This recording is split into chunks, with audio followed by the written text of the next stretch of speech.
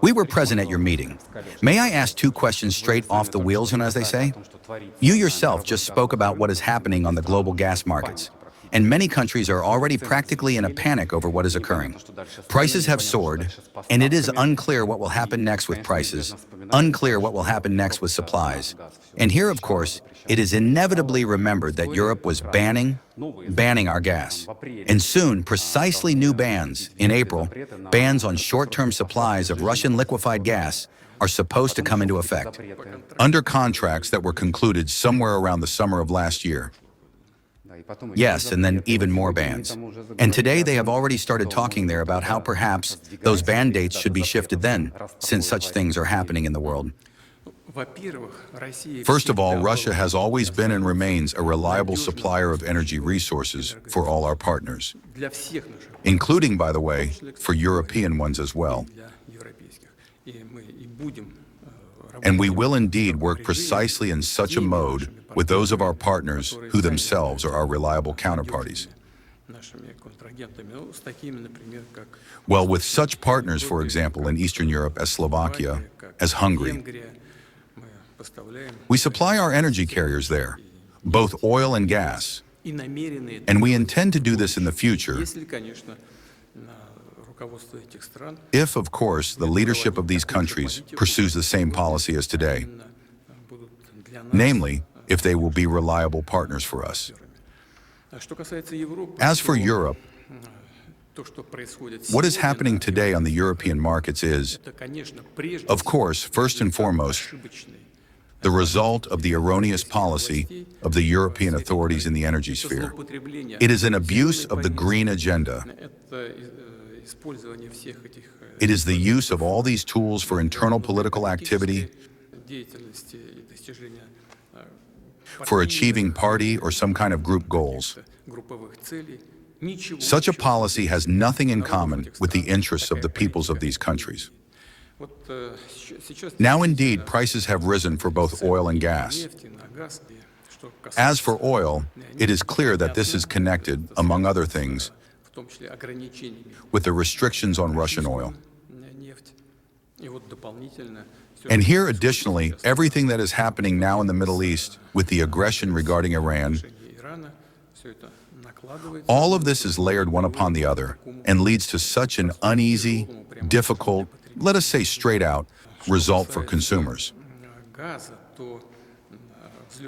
As for gas, the surge in prices on the European market is not even directly connected today to the restrictions on gas supplies to the European market. After all, the main gas suppliers, they have not reduced their volumes. After all, who are the main suppliers today? They are Algeria, the United States, Norway, and Russia in part. No one has reduced supplies, but prices have already soared to $700. Why?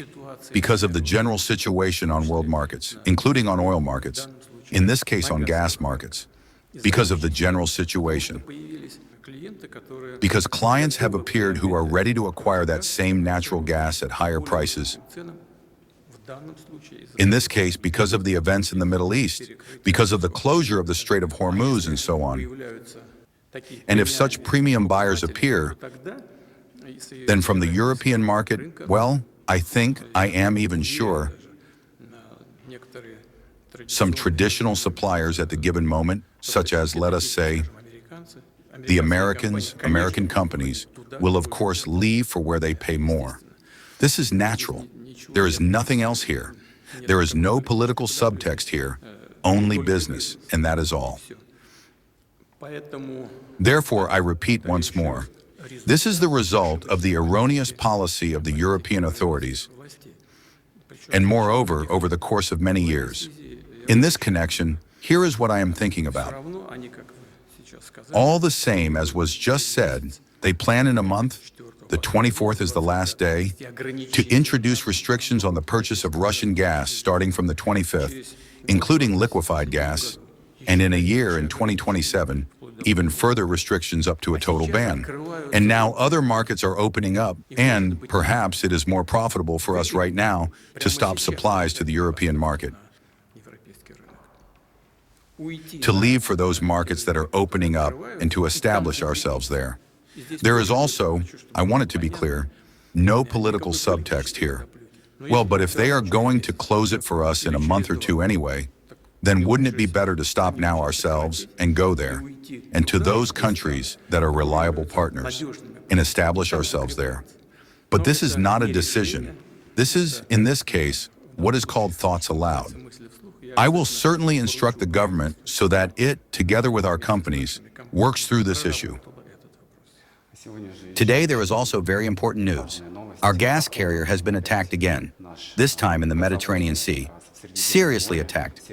How can you comment on this, everything that is happening? This is a terrorist attack. This is not the first time we have encountered things of this nature, but it is only surprising that this exacerbates the situation on world energy markets, on gas markets, including, and in this case, primarily for Europe.